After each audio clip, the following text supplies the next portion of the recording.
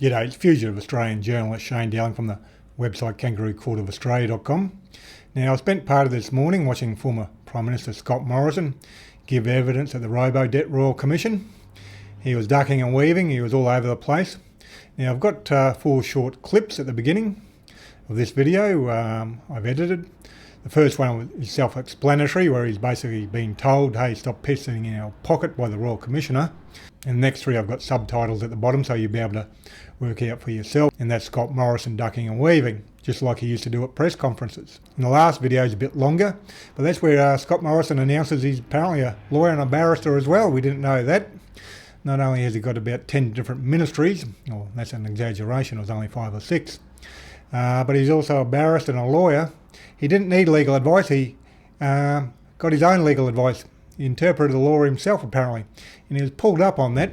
Where did he get that legal opinion from? So we'll be able to watch that video at the end. But the elephant in the room is Scott Morrison is called to give evidence at a Royal Commission. It's all broadcast live on the internet and also on TV, and the public can obviously watch it. So it's a public hearing.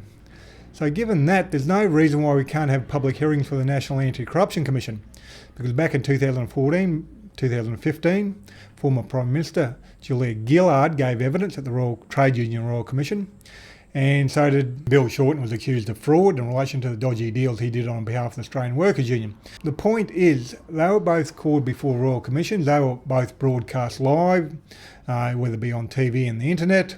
It was open gallery, so journalists could watch and also the public could watch, same as with Scott Morrison. And there are no criminal charges ever laid against Julia Gillard and Bill Shorten, although I argue they should have been, but there weren't.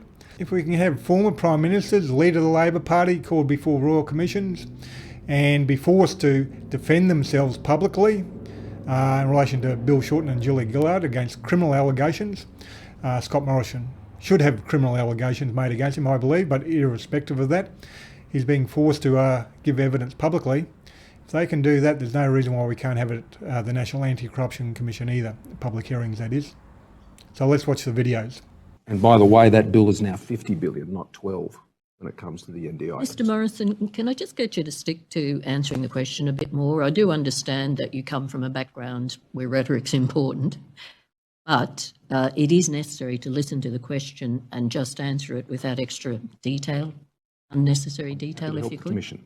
And then in B, he says, subsequently appeared to have formed the view that no legislative change was required and that the program was operating in line with legislative arrangements. Now, that was the view of my department, and that was a view that I had no reason to question. You've effectively made submissions on the evidence, Mr Morrison, rather than giving evidence. But you seem very familiar with the exhibits. You've gone through everything, have you? Well, I take this commission very seriously, Commissioner. Yes, okay.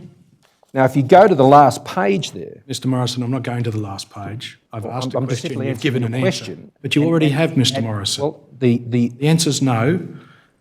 You've given your answer. Yeah, because no legislation was required. That was the clear advice from the department, included in a cabinet checklist titled NPP Due Diligence Checklist, for which secretaries hold very significant responsibilities. And their advice was that no legislation was required. So that would be Mr Pratt and Ms Campbell you're talking about, is it? Correct. Mm-hmm. Again, you may take it that we are going to go through these documents in sequence. Happy to. The last 10 minutes has been consumed because the simple answer no to my question about did you ask why these things weren't provided to you has strayed off in other areas which we will come to. You can be assured you will get every opportunity to address the contents of the final new policy proposal, including the due diligence checklist. I'm available to the Commission. Well, you might not be available tomorrow, and if we keep spending time like this, it will take considerable time. I'm happy to be available tomorrow and the day after. All right. Now in this last video, Scott Morrison pretty well outs himself as a lawyer and a barrister. We didn't know that, that's all news. But he gets pulled up by the Royal Commissioner trying to claim he's got certain legal advice or having a certain legal opinion. She starts drilling down to work out exactly where he got it from. And given he was a minister, he should have got legal opinion from lawyers or a barrister, not jumping to his own conclusions. that's not my question. You said you were familiar with the Act. I'm just asking you what you understood to be the legal basis for understanding how someone who may not have been on benefit for 6 months or 3 years or whatever, to confirm or deny ATO data. Because the department under the Act has an ability to raise debts in relation to previous overpayments. That's a different issue from what they can ask people to do, you'll appreciate. Well, no, I would say that in relation to the identification of a debt, then it's not unreasonable for the Secretary to seek information as to whether they were kept appraised of the beneficiary's income at the time. Mightn't be unreasonable, but is it legal? Well, yes, it is. Okay, and pursuant to what, in your understanding? Well, under Section 63, the Secretary may require a person to attend the department. I'm sorry to do this to you, Mr. Creary. And under Section 192, they have the power to obtain information. Mr. Morrison, this is your reading of the Act, or you had some advice about this? Well, it's my plain English understanding of it. I see. All right. Now, Section 63 applies to a person who's receiving or has made a claim for social security payment. You appreciate? Yes? Not somebody who in the past has received it? Well, that is a matter open to interpretation. Well, yes.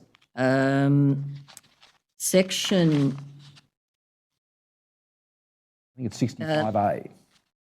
65A. I think that is it, the section. Have you got them there with you? No? All right. So are you doing this from memory, or have you got a record of some sort? I've just noted the sections. Okay. You see, the position in relation to somebody who's been on benefit in the past but is no longer is that you can go back 13 weeks under Section 69, 13 weeks prior. And that was not going to be this position, was it? No, and in relation to the matters that were raised in the executive minute, they were non-specific as to what issues required legislative change or policy change. Generally, there may be a need to do that. But you seem to have been quite familiar with the legislation. So why were you not interested in what legislative change was required? Because you must have wondered, didn't you, about the power to do these things? Well, not at that point, because it was still a proposal under development. Now, had it reached a point where it said that legislation was required, then I would have expected to see all of that, of course, and then would have made judgments about whether that would have been proceeded with. And in all likelihood, then I suspect it would not have. Look, if you were so familiar with the Act, you ought to have been concerned about whether the Act was being complied with in the development of this proposal to the new policy proposal point. How is it that you were content to just see no legislation required and leave it at that?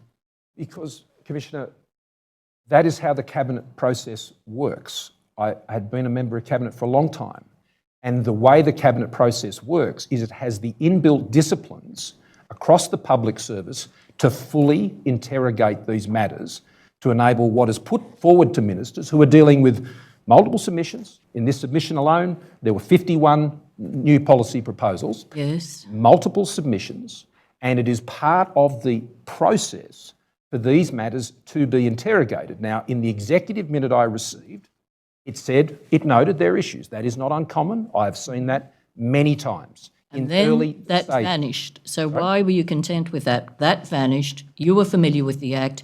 Why didn't you want to know how it was that legislative change wouldn't be required for this proposal to go back some years? Because I was satisfied that the department had done their job. I had great respect for the department and for their professionalism and for their knowledge of these issues.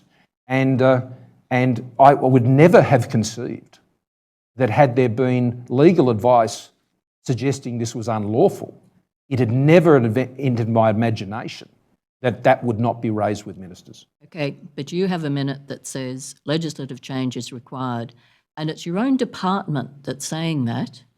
Then you get a new policy proposal that says legislative change is not required. Why don't you ask your own department? So how does that happen?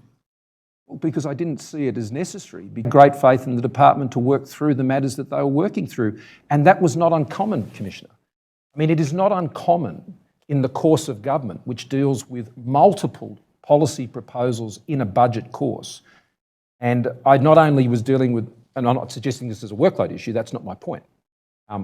There were many proposals coming before the ERC. I was on the ERC. Unfortunately, at the end of this Royal Commission, the worst thing that's going to happen to Scott Morrison is his reputation might be tarnished a little bit. Otherwise, nothing else is going to happen. And that's why he's so smug at the Royal Commission. I caught him out laughing or smiling a number of times today with the old smirk he has. But remember this, when we come to the National Anti-Corruption Commission, we're not going to even be able to watch people live, so they'll be even laughing harder. People like Scott Morrison, they'll be in a closed hearing room somewhere laughing their guts out at the fact that we can't even watch it. They'll think it's a big joke. And that is the elephant in the room while we're watching Scott Morrison give evidence. Now, the Patreon account I set up a couple months ago to help fund these videos, and also my website, is currently sitting at 223 supporters. If you could support that, that'd be great. You can donate any amount, $3, $5, 10, 15, 20, whatever suits your budget. Most people can afford $3 or $5 a month. And the Patreon button is sitting below the video on YouTube, also on my website below the articles. And I'll be publishing an article in relation to this matter with other information and links on Thursday the 15th of December 2022, so make sure you visit my website, Kangaroo Court of Australia, and please share this video on Facebook and Twitter, etc., and please hit the like and subscribe button. Other than that, thank you for your time and have a good day.